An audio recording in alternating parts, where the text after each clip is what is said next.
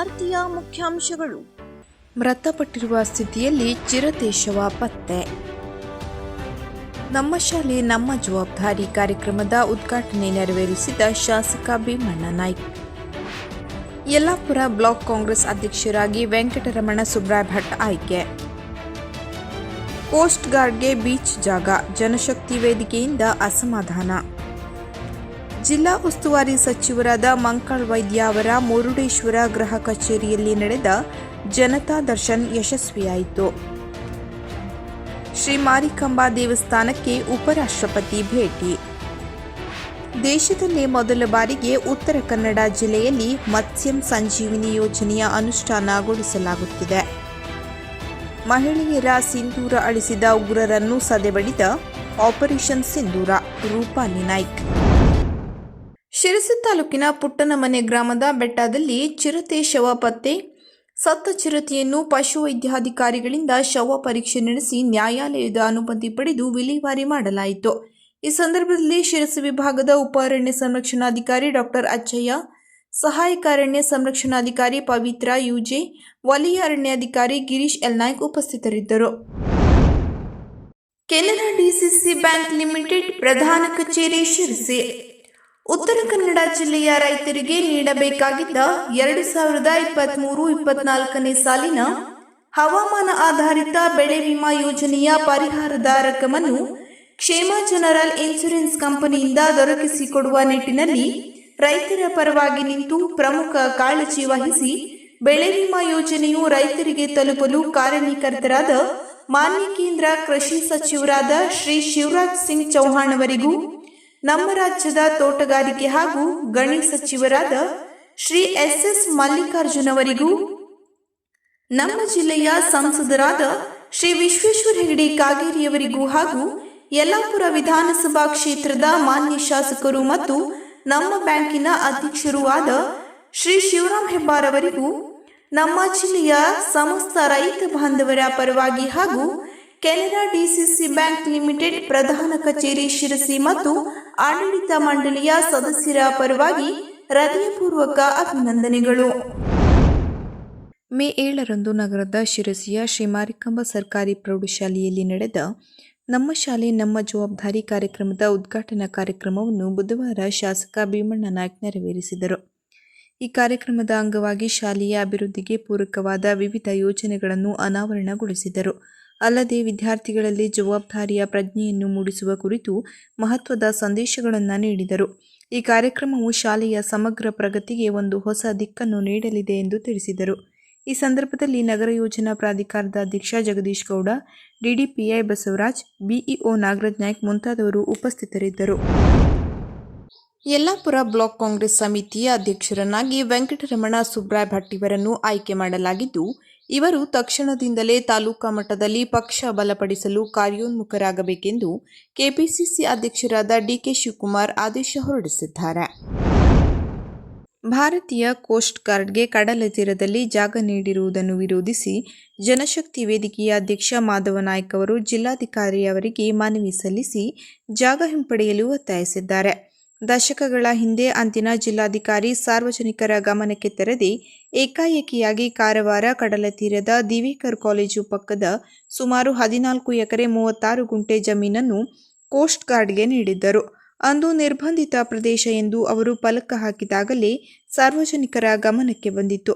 ಬಳಿಕ ಪಕ್ಷಾತೀತವಾಗಿ ಮತ್ತು ಜಾತ್ಯತೀತವಾಗಿ ಎಲ್ಲ ಸಂಘಟನೆಗಳು ಒಗ್ಗೂಡಿ ಅಪ್ಪಿಕೋ ಚಳವಳಿಯನ್ನು ಮಾಡಿ ಆ ಜಮೀನನ್ನು ಪುನಃ ಕರ್ನಾಟಕ ಸರ್ಕಾರಕ್ಕೆ ಪಡೆದುಕೊಳ್ಳುವಲ್ಲಿ ಯಶಸ್ವಿಯಾಗಿದ್ದೆವು ಎಂದು ತಿಳಿಸಿದ್ದಾರೆ. ಈಗ ಮತ್ತೆ ಸಾರ್ವಜನಿಕರ ಗಮನಕ್ಕೆ ತರದೆ ಕೋಡಿಭಾಗ ಗ್ರಾಮ ಸರ್ವೆ ನಂಬರ್ 294 ಅ ನೇದರಲ್ಲಿ 3 ಎಕರೆ ಮತ್ತು 294 ಬ ನೇದರಲ್ಲಿ 20 ಗುಂಟೆ ಜಮೀನನ್ನು ಕಮಾಂಡರ್ ಕೋಸ್ಟ್ ಗಾರ್ಡ್ ಇಲಾಖೆ ಮಂಗಳೂರು ಹೆಸರಿಗೆ ಪಹಣಿ ಪತ್ರಿಕೆಯಲ್ಲಿ ದಾಖಲಾಗಿದೆ. ಮೇ 3ರ ಮಧ್ಯಾಹ್ನ ಈ ಜಾಗದ ಸರ್ವೆ ಕಾರ್ಯ ಮಾಡಲಾಗಿದೆ. ಇದು ಕಾರವಾರಿಗರಿಗೆ ಜಿಲ್ಲಾಡಳಿತ ಮಾಡಿರುವ ಮೋಸ ಎಂದು ಅವರು ಅಸಮಾಧಾನ ವ್ಯಕ್ತಪಡಿಸಿದ್ದಾರೆ.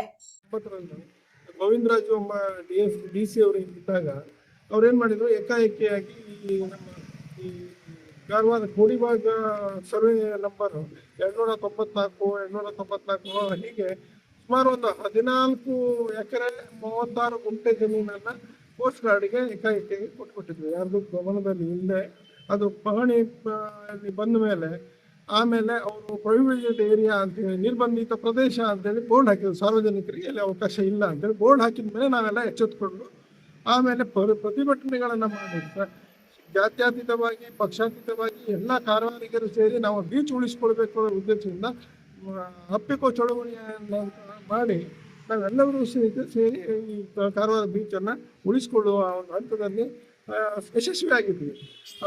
ಅದನ್ನು ವಾಪಸ್ ಕೊಡ್ತೇವೆ ಅಂತೇಳಿ ಜಿಲ್ಲಾಡಳಿತ ನಮ್ಗೆ ಆಶ್ವಾಸನೆ ಕೊಟ್ಟು ಆಮೇಲೆ ವಾಪಸ್ ಪಡ್ಕೊಂಡೇವೆ ಅಂತ ಹೇಳಿದ್ರು. ಮತ್ತು ಅವರಿಗೆ ಕೋಸ್ಟ್ ಗಾರ್ಡ್ಗೆ ಬೇರೆ ಪ್ರದೇಶದಲ್ಲಿ ಜಾಗ ಕೊಡ್ತೇವೆ ಅಂತೆಲ್ಲ ಹೇಳಿದ್ರು. ಕೆಲವೊಬ್ರು ಹೇಳಿದ್ರು ಬುದ್ಧಾದಲ್ಲಿ ಕೊಡ್ತೇವೆ, ಕೆಲವೊಬ್ರು ಹೊನ್ನಾವರದಲ್ಲಿ ಅಂತ ಹೇಳಿದ್ರು, ಅಕೋಲಾದಲ್ಲಿ ಅಂತ ಹೇಳಿದ್ರು. ಈ ರೀತಿ ಬೇರೆ ಬೇರೆ ಸ್ಥಳಗಳಲ್ಲಿ ಏನು ಸ್ಥಳ ಇದನ್ನು ಕೊಡ್ತೇನೆ ಅಂತ ಹೇಳ್ಕೊಂಡು ಹೇಳಿದ್ರು. ಆದರೆ ನಮಗೆ ನಾವು ಕಾರವಾರ ತಾಲೂಕಿನಲ್ಲಿ ಎಲ್ಲ ಬೀಚನ್ನು ಕಳ್ಕೊಂಡಿದ್ದೇವೆ. ಈಗ ಸಿಬ್ಬಡಿಗೆ ತಾರೆ ಕೊಟ್ಟು ಎಲ್ಲ ಬೀಚನ್ನು ಕಳ್ಕೊಂಡಿದ್ದೇವೆ. 16 ಬೀಚ್ಗಳು ಹೋಗಿದ್ದಾವೆ. ಈಗ ಇರೋದು ಒಂದೇ ಬೀಚ್ ಇದೆ, ಇದು ಕಾರವಾರದ ಕಡಲ ತೀರ. ಒಂದು ನಮಗೆ ಕರ್ನಾಟಕದ ಕಾಶ್ಮೀರ ಅಂತೇಳಿ ಹೇಳ್ತಾರೆ. ರವೀಂದ್ರನಾಥ್ ಠಾಗೋರ್ ಅವರು ಇಲ್ಲಿ ಹಾಡಿ ಹೋಗಿದಂಥ ಒಂದು ಬೀಚು, ಅದು ಸಹಿತ ಏನಾಗಿದೆ, ಈ ಹೈವೇ ಇಲ್ಲಿಂದ ಬಂದು ಇದು ಅದರ ಮುಕುಟವನ್ನೇ ತೆಗೆದಂಗೆ ಆಗಿಬಿಟ್ಟಿದೆ. ಅದನ್ನು ಸಹಿತ ಇನ್ನಂಥ ಜಾಗದಲ್ಲೂ ಸಹಿತ ಮತ್ತೆ ನೀವು ಕೋಸ್ಟ್ ಗಾರ್ಡ್ಗೆ ಕೇಳ್ತಾ ಇದ್ದೀರಿ, ಕೋಸ್ಟ್ ಗಾರ್ಡ್ನವರಿಗೆ ಕೊಡ್ತಾ ಇದ್ದೀರಿ ಅಂತಂದರೆ ನಾವು ಕಾರವಾರಗಳು ಸುಮ್ಮನೆ ಕೊಡಲಿಕ್ಕೆ ಕೈ ಕಟ್ಕೊಳ್ಳಿಕ್ಕೆ ಸಾಧ್ಯ ಇಲ್ಲ. ಇಲ್ಲಿ ಮೀನುಗಾರರ ಬದುಕಿದೆ. ಅದಕ್ಕಿಂತ ಹೆಚ್ಚಾಗಿ ಸಾರ್ವಜನಿಕರು ಈ ಬೀಚನ್ನು ಆನಂದಿಸ್ತಾರೆ. ಓಪನ್ ಆಗಿ ನಮ್ಮ ಬತ್ತಲೆ ಕಣ್ಣಿಂದ ನಾವು ಎಲ್ಲೂ ಬೀಚ್ ನೋಡ್ಲಿಕ್ಕೆ ಸಹಿತ ಸಾಧ್ಯ ಇಲ್ಲ. ಆ ಪರಿಸ್ಥಿತಿ ನಿರ್ಮಾಣ ಆಗಿದೆ. ಈಗ ಕಾರವಾರ ಬಿಟ್ಟು ಹೋಗ್ಬಿಟ್ರೆ ಅಂಕೋಲಾವರೆಗೆ ನೀವು ದೊಡ್ಡ ಗೋಡೆಗಳೇ ಕಾಣ್ತೇವೆ, ಬಿಟ್ಟು ಬೀಚ್ಗಳು ಕಾಣ್ತಾ ಇಲ್ಲ. ನಮ್ಗೆ ಗಾಳಿ ಬರ್ತಾ ಇಲ್ಲ, ಎಲ್ಲ ಅಡ್ಡಗಟ್ಟು ಬಿಟ್ಟಿದ್ದಾರೆ. ಹಾಗಾಗಿ ಇರುವಂತ ಬೀಚನ್ನು ಉಳಿಸಿಕೊಳ್ಬೇಕಾದದ್ದು ನಮ್ಮ ಕಾರವಾರಿಗರ ಎಲ್ಲ ಸಮಸ್ತ ನಾಗರಿಕರ ಒಂದು ಕರ್ತವ್ಯ ಸಹಿತ ಆಗಿದೆ. ಅದರಿಂದ ನಾವು ಇವತ್ತು ಜಿಲ್ಲಾಧಿಕಾರಿಗಳಿಗೆ ಈ ಮನವಿಯನ್ನು ಕೊಟ್ಟಿದ್ದೇವೆ. ಈ ಒಂದು ಸರ್ವೆ ಕಾರ್ಯ ಪ್ರಾರಂಭ ಮಾಡಿದ್ದಾರೆ. ಆದ್ದರಿಂದ ಈ ಒಂದು ಬೀಚಿನ ಕಾರವಾರ ಕಡಲ ತೀರ ಏನಿದೆ, ಈ ಒಂದು 3 ಎಕರೆ 20 ಗುಂಟೆಯನ್ನು ಜಮೀನು ಅವರು ಪಹಣಿ ಪತ್ರಕ್ಕೆ ಬಂದಿದೆ, ಅದು ರದ್ದುಪಡಿಸಬೇಕು. ಮತ್ತು ನಮ್ಮ ಏನಿದೆ ಮೊದಲು ಏನಿದೆ ಹಾಗೆ ಇದಾಗಬೇಕು. ಇದು ಯಾವುದಕ್ಕೂ ಯಾರಿಗೂ ಸಹಿತ ಕೊಡಬಾರ್ದು. ಬೀಚು ಸಾರ್ವಜನಿಕರ ಉಪಯೋಗಕ್ಕೆ. ಬೆಳಕೆ ಭಾಗದಲ್ಲಿ ಶಾಲಾ ಮಕ್ಕಳ ಬಸ್ ವ್ಯವಸ್ಥೆಯನ್ನು ಪರಿಹರಿಸಲಾಯಿತು. ಬೆಳಕೆ ಭಾಗದ ಕುಡಿಯುವ ನೀರಿನ ಪೈಪ್ಲೈನ್ ಸಮಸ್ಯೆ ಪರಿಹರಿಸಲಾಯಿತು. ಅನಾರೋಗ್ಯ ಪೀಡಿತರಿಗೆ ವೈಯಕ್ತಿಕ ಸಹಾಯ, ವಿದ್ಯಾರ್ಥಿಗಳಿಗೆ ಹಾಗೂ ಬಡವರ ಮನೆ ನಿರ್ಮಾಣಕ್ಕೆ ವೈಯಕ್ತಿಕ ಸಹಾಯ ಹಸ್ತ ನೀಡಲಾಯಿತು. ಶಿರಸಿ ನಗರದ ಪ್ರಸಿದ್ಧ ಶಿರಸಿಯ ಮಾರಿಕಾಂಬಾ ದೇವಾಲಯದ ಮಾರಿಕಾಂಬಾ ದೇವಿಯ ದರ್ಶನ ಪಡೆದ ಉಪರಾಷ್ಟ್ರಪತಿ ಜಗದೀಪ್ ಧನ್ಕರ್. ಉಪರಾಷ್ಟ್ರಪತಿಗೆ ಸಾಥ್ ನೀಡಿದ ರಾಜ್ಯಪಾಲ ತಾವರ್ ಚಂದ್ ಗೆಹ್ಲೋಟ್ ವಿಶೇಷ ಪೂಜೆ ಸಲ್ಲಿಸಿದ ಉಪರಾಷ್ಟ್ರಪತಿಗೆ ದೇವಸ್ಥಾನದ ಆಡಳಿತ ಮಂಡಳಿಯಿಂದ ಸನ್ಮಾನ ಮಾಡಲಾಯಿತು. ದೇಶದಲ್ಲೇ ಮೊದಲ ಬಾರಿಗೆ ಕರ್ನಾಟಕದ ಉತ್ತರ ಕನ್ನಡ ಜಿಲ್ಲೆಯಲ್ಲಿ ಮೀನುಗಾರ ಮಹಿಳೆಯರ ಉತ್ಪಾದಕ ಕಂಪನಿ ರಚಿಸುವ ಮೂಲಕ ಮೀನುಗಾರಿಕೆ ಮೌಲ್ಯ ಸರಪಳಿ ಅಭಿವೃದ್ಧಿಪಡಿಸುವ ನಿಟ್ಟಿನಲ್ಲಿ ಮತ್ಸ್ಯಂ ಸಂಜೀವಿನಿ ಯೋಜನೆಯನ್ನು ಅನುಷ್ಠಾನಗೊಳಿಸಲಾಗುತ್ತಿದೆ. ಇದೊಂದು ನವೀನ ಮತ್ತು ಪ್ರಭಾವಶಾಲಿ ಮತ್ಸ್ಯ ಸಾಗಾಣಿಕೆ ಆಧಾರಿತ ಯೋಜನೆಯಾಗಿದೆ ಎಂದು ಮೀನುಗಾರಿಕೆ ಸಚಿವ ಮಂಕಾಳ್ ವೈದ್ಯ ಹೇಳಿದರು. ಅವರು ಭಟ್ಕಳದ ಅಳಿವೆಕೋಡಿ ದುರ್ಗಾಪರಮೇಶ್ವರಿ ಸಭಾಭವನದಲ್ಲಿ ಶನಿವಾರ ನಡೆದ ಜಲಶ್ರೀ ಮತ್ಸ್ಯಂ ಸಂಜೀವಿನಿ ಮಹಿಳಾ ಕಿಸಾನ್ ಪ್ರೊಡ್ಯೂಸರ್ ಕಂಪನಿ ನೇಮಿತ ಇದರ ಪ್ರಥಮ ವಾರ್ಷಿಕ ಸಾಮಾನ್ಯ ಸಭೆಯಲ್ಲಿ ಮಾತನಾಡಿದರು. ಇದು ಭಾರತ ದೇಶದಲ್ಲೇ ಮೊದಲ ಬಾರಿಗೆ ಕರ್ನಾಟಕದ ನನ್ನ ಜಿಲ್ಲೆಯಲ್ಲಿ 5 ತಾಲೂಕುಗಳಲ್ಲಿ ಅನುಷ್ಠಾನಗೊಂಡಿದೆ. ಮಹಿಳೆಯರ ಮೊದಲ ಹಂತವಾಗಿ ವಿವರವಾದ ಯೋಜನಾ ವರದಿಯನ್ನು ತಯಾರಿಸಿ ಕೇಂದ್ರ ಗ್ರಾಮೀಣಾಭಿವೃದ್ಧಿ ಮಂತ್ರಾಲಯಕ್ಕೆ ಸಲ್ಲಿಸಲಾಗಿದೆ. ಮಹಿಳೆಯರ ಸಿಂಧೂರ ಅಳಿಸಿದ ಉಗ್ರರ ತಾಣವಾದ ಪಾಕಿಸ್ತಾನಕ್ಕೆ ಅದೇ ಆಪರೇಷನ್ ಸಿಂಧೂರ ಹೆಸರಿನಲ್ಲಿ ಭಾರತ ಪ್ರತೀಕಾರ ನಡೆಸಿ ಉಗ್ರರ ಅಡಗುತಾಣವಾದ ಹಾಗ ಉಗ್ರರನ್ನು ಸದೆಬಡಿಯುವ ಮೂಲಕ ನಮ್ಮ ಸೇನೆ ಇಡೀ ದೇಶದಲ್ಲಿ ಸಂಭ್ರಮ ಸಂಚಲನವನ್ನು ಉಂಟುಮಾಡಿದೆ ಎಂದು ಬಿಜೆಪಿ ರಾಜ್ಯ ಉಪಾಧ್ಯಕ್ಷೆ ಮಾಜಿ ಶಾಸಕಿ ರೂಪಾಲಿ ಎಸ್ ನಾಯ್ಕ್ ಪಾಕ್ ಮೇಲಿನ ದಾಳಿಯನ್ನು ಸ್ವಾಗತಿಸಿದ್ದಾರೆ. ಪಹಲ್ಗಾಮ್ನಲ್ಲಿ ಅಮಾಯಕ ಪ್ರವಾಸಿಗರನ್ನು ಹತ್ಯೆ ಮಾಡಿ ಅವರ ಪತ್ನಿಯರನ್ನುದ್ದೇಶಿಸಿ ಮೋದಿಗೆ ಹೋಗಿ ಹೇಳಿ ಎಂದು ಭಯೋತ್ಪಾದಕರು ಕ್ರೂರವಾಗಿ ವರ್ತಿಸಿದ್ದರು. ಈಗ ಅದೇ ನರೇಂದ್ರ ಮೋದಿ ನೀಡಿದ ಸೂಚನೆಯಂತೆ ನಮ್ಮ ಹೆಮ್ಮೆಯ ಸೇನಾಪಡೆ ಉಗ್ರರ ನೆಲೆಯನ್ನೇ ನಿರ್ನಾಮ ಮಾಡಿದೆ. 100ರಷ್ಟು ಉಗ್ರರನ್ನು ಹೊಡೆದುರುಳಿಸಿದೆ. ಇದೊಂದು ದೇಶವೇ ಹೆಮ್ಮೆ ಪಡುವ ಸಂಗತಿ. ಪ್ರಧಾನಿ ನರೇಂದ್ರ ಮೋದಿ, ಗೃಹ ಸಚಿವ ಅಮಿತ್ ಶಾ, ರಕ್ಷಣಾ ಸಚಿವ ರಾಜನಾಥ್ ಸಿಂಗ್ ಹಾಗೂ ಈ ದಾಳಿ ನಡೆಸಿದ ಸೇನಾಪಡೆಗೆ ಅಭಿನಂದನೆಗಳನ್ನು ಸಲ್ಲಿಸುವುದಾಗಿ ಅವರು ತಿಳಿಸಿದ್ದಾರೆ.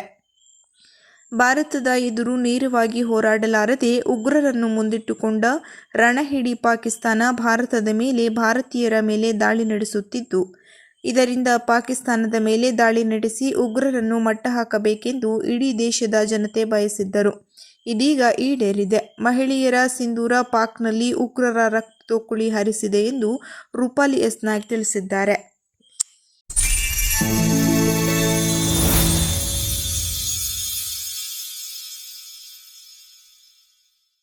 ಕದಂಬ ನ್ಯೂಸ್ ಫಸ್ಟ್, ನಿರ್ಭೀತಿಯಿಂದ ನಿಮ್ಮ ಪರವಾಗಿ.